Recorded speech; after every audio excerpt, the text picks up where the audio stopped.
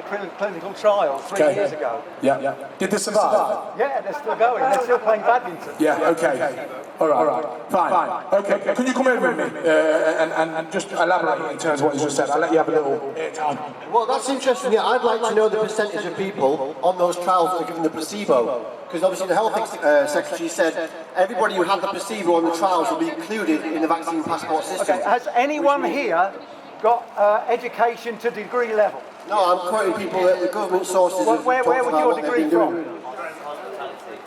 Hospitality, that's a degree? You're kind of derailing the point there, mate. Can't hear what he's saying. It's all right. Let's just discuss it. It seems to me that it's you that's living in fear. It's you people not getting vaccinated that are prolonging the pandemic. I do not live in fear. We are not fearful. We are here standing strong and making a stand. Let me tell this guy something. There's people dying. Dead people. My friend, can I... Okay. The longer that you don't get vaccinated, the more chance that there are of new variants that are being resistant to the vaccines that have already been created. Well, that's the vaccine's fault, not people who haven't had it. Excuse me. No, that's because you don't understand what a vaccine is. Can I speak to you about my experience in the NHS over the last year and a half? Let one person talk on the mic. I work in the NHS on a dementia ward. I've been there since last April. Dementia ward, right, okay. Right, so that's the elderly, it's the most at-risk demographic, right, with comorbidities.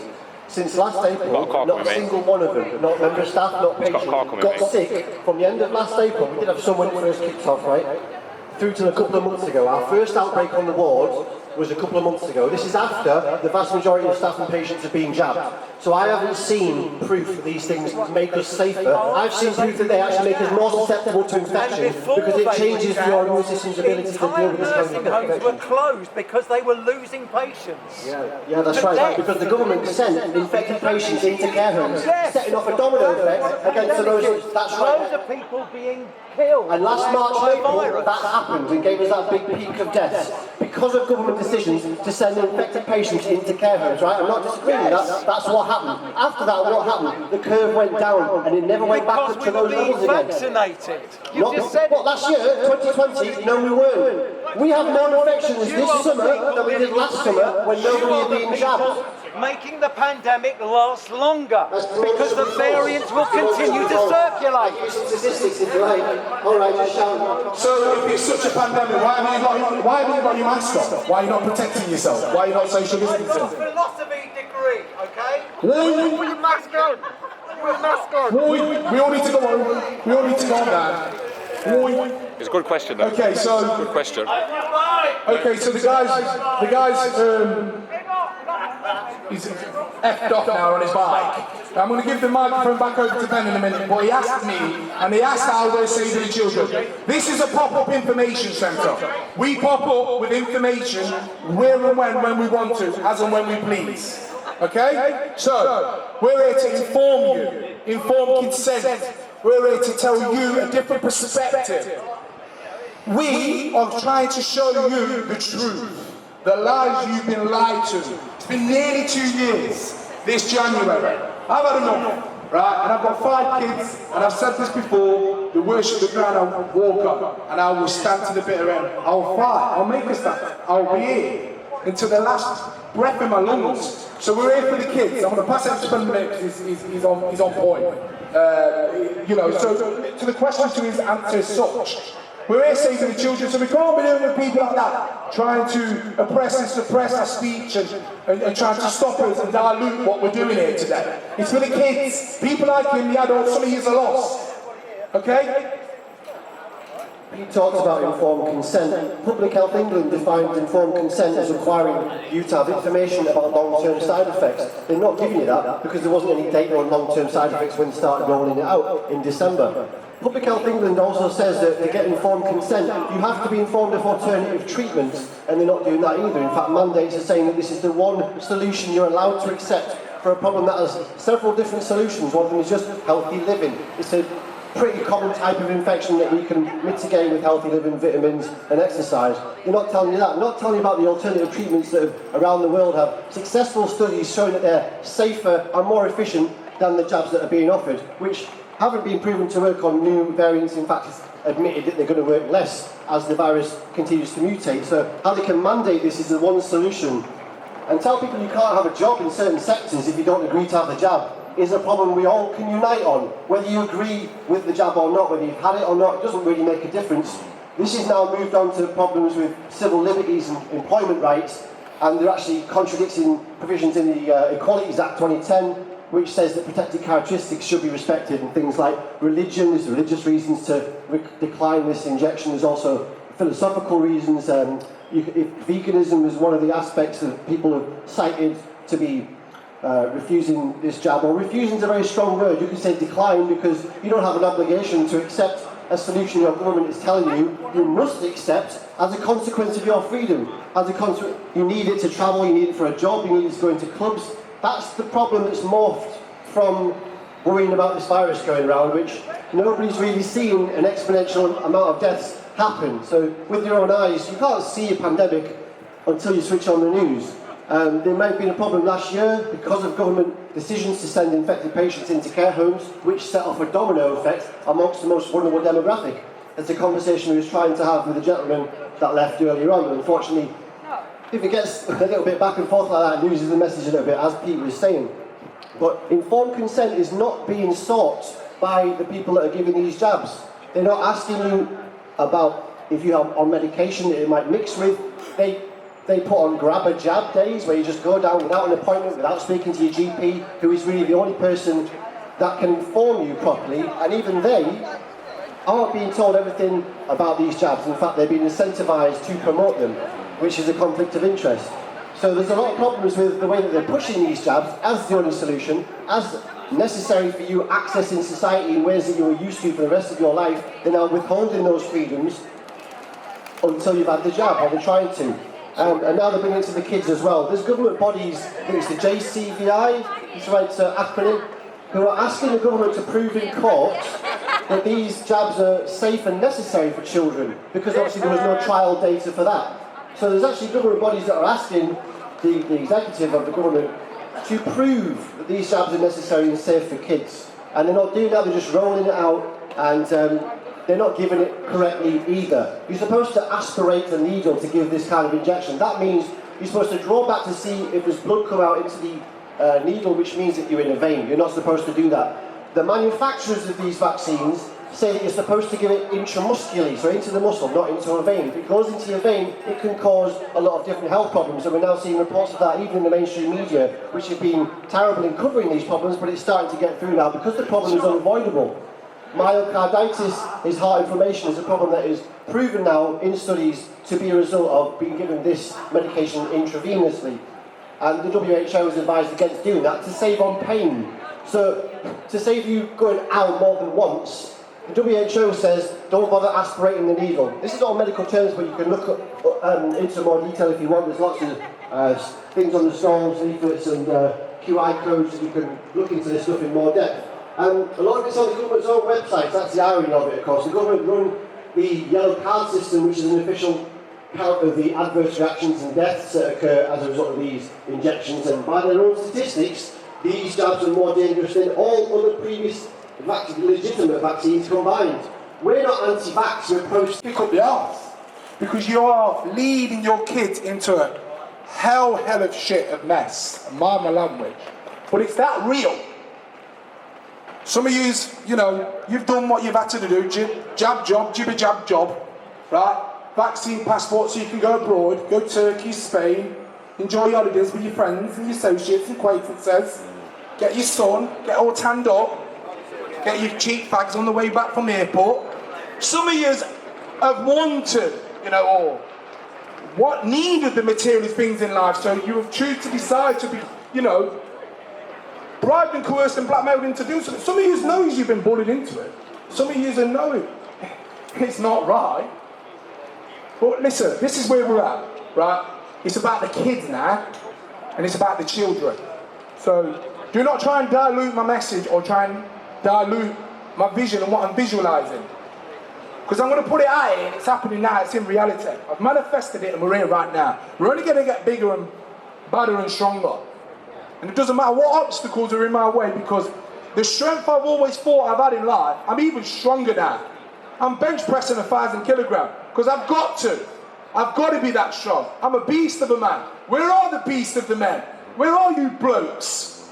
Because these kids, my 5 children, that's what I do. This is why I do this. My 5 children need me. They don't want to be in a dictator, communist country.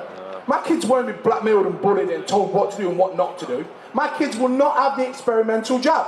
It's an experimental vaccine. It's not even a vaccine. And we move forward because, again, I'm not trying to give all these people my energy and time, but it's about the children, it's about the kids.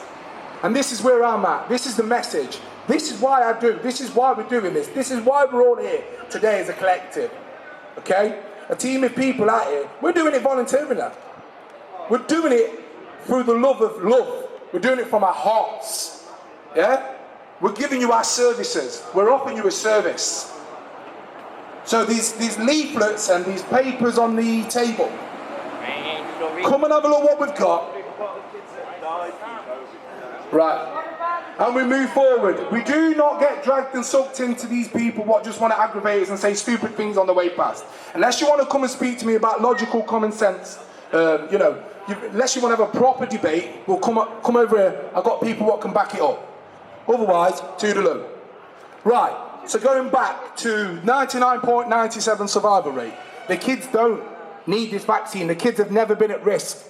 That's the bottom line. I'm not trying to sell you out here. I'm not a salesman. I'm not trying to convince you. There's no more to it. 99.97 survival rate. Kids are not at risk. Kids aren't dying. Healthy kids don't just die. But healthy kids are going to drop down and die. Healthy kids are dying now. A kid's just not long died in, I think it's Birmingham, West Midlands, somewhere around there, from having the vaccine at school, a couple of days later. Right, healthy kids aren't just going to die. Healthy kids never even died in this pandemic, if that's what you want to call it, for the sake of arguments, epidemic, whatever. Right, so kids aren't, and they haven't. Healthy kids have not died in the last 2 years from COVID-19, coronavirus, however you want to keep on changing the posts and calling this and calling it that. Right? Kids are going to die. A lot of kids are going to die. And we're not going to save them all. And we're not going to... Listen, I'm trying to read. And we're trying to re-educate. We're not trying to educate and tell you how to be parents and tell you what to do and what not to do. Because I don't. And I won't want that myself. I won't want no one telling me how to be a parent and how to raise and bring up my children. But I'm telling you this. Okay, my kids are fine. My children are fine. But that doesn't mean let's stop trying to save other children. That doesn't mean we don't. And we're not going to stop. We don't try and we're not going to try and stop and prevent other kids from dying from this vaccine. The segregation, the separation, the depression they're going through. Okay, read that. I'm safe, I'm perfect. Okay, all right. Okay, how old are you? 16, I'm perfectly fine, I'm safe. Let's talk properly, let's talk. What made you have it? Because I want to be safe, I want to protect everyone else. What made you think you needed to have that to protect other people? Because you are a child in my eyes still, so I'll talk to you. Exactly, I'm a child, I'm fine, I'm alive, I'm here. How many you had? One or One, two? I'm only allowed one so Do you know it's been tested long term? No, but I'm not bothered, mate. As long as I think myself... It's his choice as well, isn't it? Yeah, it's your choice, choice. but I'm not going to stop trying to help these children, the kids out here. So that's why I'm talking to you. How many you had? You had the Let's one ask jab him a or question two jab? about No, why. I'm bringing it down. Yeah, I'm bringing it down. It's fine, it's fine. Why? I know how to conduct myself. Why did you have it? Go on, I'm talking to you on a level. Because I wanted to, mate. Because I thought it's safer. I want to be safe. Who's going to protect you when you get poorly? Or if you might have bad adverse reactions from that? 1.2 million people have had adverse reactions. Well, it's my choice, mate. If I get ill, I get ill. Yeah. I'd rather know that I'm safe. I'd rather take the gamble. Yeah, what? Yeah, why are we here today? Do you think we do this for our health? No. We do this to share the truth with you guys. We do this to share the research, the hours of research that's gone into the work that we do. Whilst your eyes are focused somewhere else, our eyes are in the screen, our eyes are in the white papers, our eyes are in legislation, our eyes are in policies. And what we're seeing coming down the line, down the pipeline as people say, is absolutely catastrophic to our city in Nottingham. And you can turn around and say that we're the tin hat foil brigade. You can turn around and say we're the conspiracy theorists. Who coined the word conspiracy theorist? Oh, that would be the CIA, if people aren't aware of that. So your government actually got you turning around and saying, oh, they're a conspiracy theorist. What is a conspiracy theorist? Conspiracy theorist is anybody who gets any close to what the government's actually doing and what they're going to do in the future. Many of us will be aware of the Agenda 21.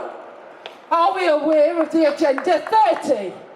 That is coming into our children's lives, into RSE, which is in our education, all through the streams, literally the pillars of society. Churches, why did you close your doors? They haven't now. Well, they did at first. They did at first. And that's yeah, they did at first. And therefore, my question is, churches, why did you close the doors? Church has been here through pandemics, and the church has never ever closed the doors. So therefore, you're showing us a deep church. You're showing us that that church is no longer open for the people. No wonder people have lost confidence in the churches and the places of worship, which is supposed to be here for the people, not for the government. So therefore, it shows that our churches have now been infiltrated, teaching religion rather than relationships. Relationships are so important, and this is why they've actually done this, to break us down, to break our cities down, to break our communities down, to break our families down and our family units. This is what they've been doing for years, absolutely years, decades. When we look into history, this is what they did when it was Hitler's turn. Now what we've got now is literally a dictatorship coming to our people. Are we happy with this? No. Are we happy with this? No. We can't carry on accepting this because it's unacceptable. For years and years, we've just been going about doing our consumerism, doing everything that we're doing, going to work, being the slave. But you know something, it's time for us to be free. It's time for us to stand up. You know, it's time for us to say, we're not having this for our city, we're not having this for our children. And parents are absolutely at this moment in time doing nothing, sitting on the backside, doing absolutely nothing, when they should be outside fighting for their children. Their precious children are going to be abused by this jab. There is no ifs or buts about it. This jab is gene therapy. I think a lot of people know by now that this jab is mRNA. We're not anti-vaxxers. We are considerate and compassionate and have empathy for our children and what we're seeing in other countries, and we don't want it in our country. It's as simple as that. We don't want it in our town. And councillors, it's time for you to come and stand with us and come and see the evidence that we've got. And I'm putting out a personal invitation again to Mr. David Mellon, our leader of Nottingham City. By all means, come to my house, you know where I live, come and have a cup of coffee. Let me show you the damage that's happening to these children in other countries, and have the decency to come and see what could be happening in our city in the weeks, months, probably a year to come, before it gets to a point where our children are not able to have other children. Killing our generations, depopulation, nothing less and nothing more. Already, Mr. Boris Johnson's father, went and wrote a book called The Virus. That virus is now out. That virus is the one that they are putting on the media at this moment in time. He wrote that book in 1982. Go and have a look at it. It's on Amazon. Go and have a look. You want the truth? It's there. Depopulation. Depopulation and politics. He wrote these books years and years and years ago. And years and years and years ago, we didn't realise, but you know something, we have the internet. We didn't have the internet in the Spanish flu, and not one person who didn't get vaccinated died. that says it all to me, and we're dealing with the same thing now today. Thank you for your time. Thank you. Take care, God bless. God bless. God bless.